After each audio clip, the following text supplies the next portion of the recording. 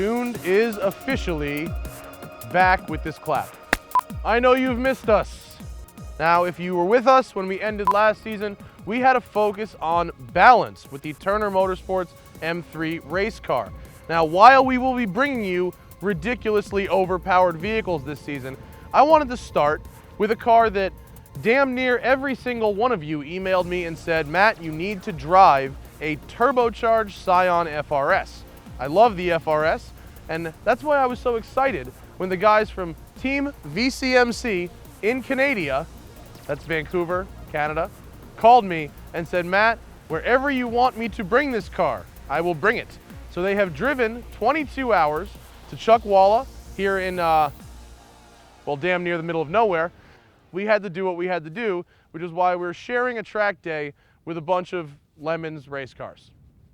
This should be fun. Tuned.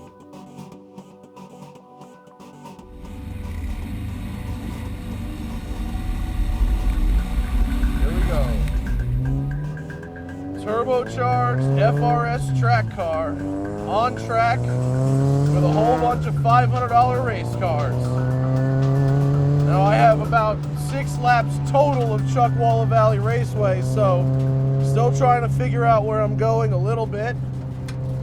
Fun track, way out in the middle of the desert, very fast, a lot of sweepers. Here's what I can tell you about this car. It was built in Canada by VCMC and Shift Autosport for Canada's Scion Tuner Challenge. You may have seen some of those cars in SEMA, the US versions. And in case you can't see the smile on my face right now, it is very nice. They have taken a stock FRS and turned it into the ultimate weekend track car. Sounds great.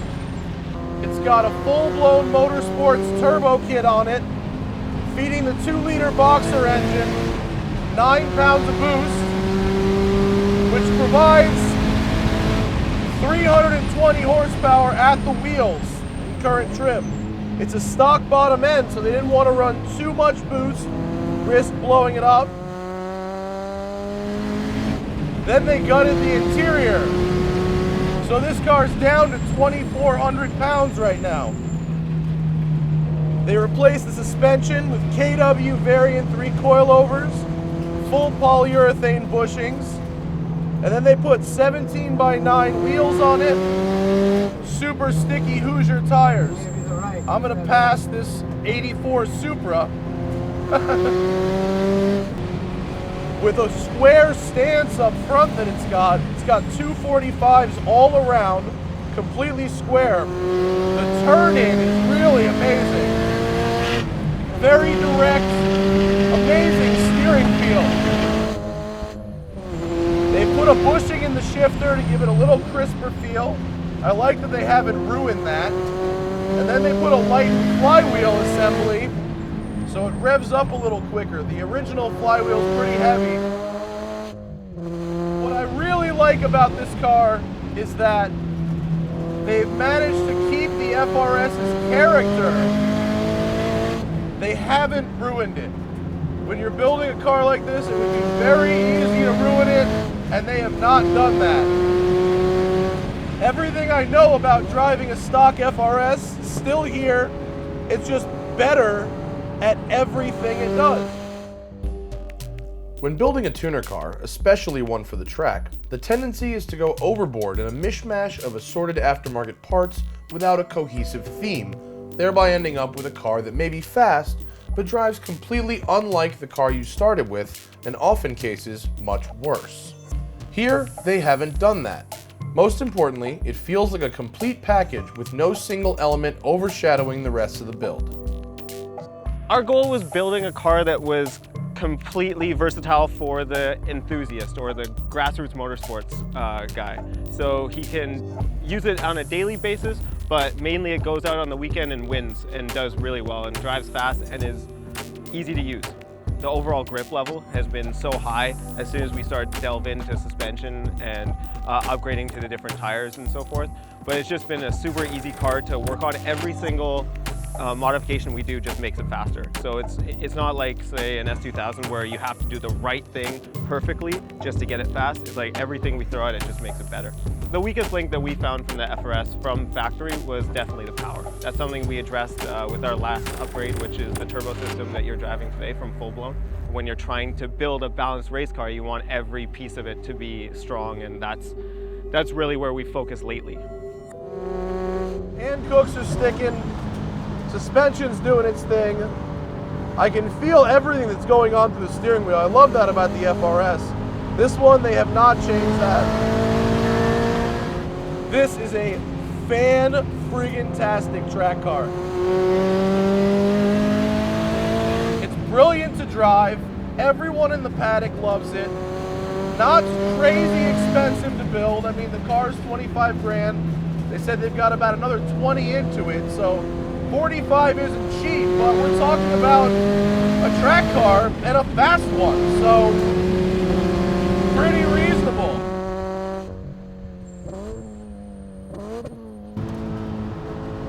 I like the brakes a lot. They've got the rear rotors are still stock, but the front rotors are AP Racing, and they really do a great job of bringing this thing down. Also got some aerodynamic things going on. We got the big APR wing in the back, diffuser up front, and I'm not sure how much of it is due to the suspension and how much is due to the aero, but it feels really, really planted. It doesn't want to tear my face off. And as we learned in the last season of Tuned at the end, the importance of balance.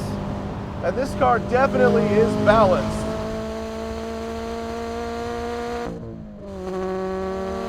Not really a complaint, just a little observation.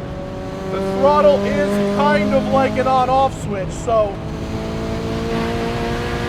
like any other race car, it's much happier being flat or off than it is being somewhere in the middle.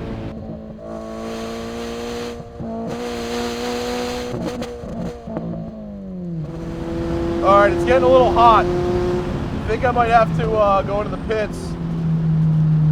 The problem with this car is that it gets hot. I don't think they've fully dialed in the cooling system. They did say I'm the first person to ever track test this car.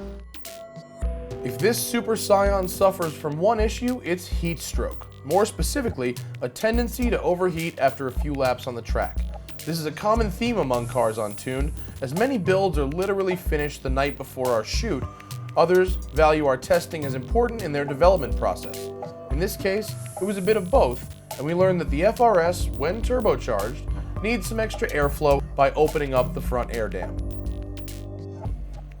So with Matt driving the car today, one thing that we definitely learned was we've got a bit of a heat issue. So we're gonna have to open up the front compartment a little bit. We're gonna have to look into ducting away some of the turbo heat and just keep improving. I mean, that's one of the things about this challenge is that it's 18 months long. We're not gonna get it right the first time. It's always gonna be improving, always looking to make the car faster and better. The turbo just went in to get it here for you today. Love it or hate it, the Scion FRS is bound to become the next generation of spec racer. It's roomier than a Miata, the aftermarket for it is expanding unbelievably quickly, and when prepped for the track, its handling limits are absurdly high, and power is easy to come by. Furthermore, as we are now officially into our third season, the VCMC Turbo FRS reminds us that throughout this season, we must always keep balance in mind.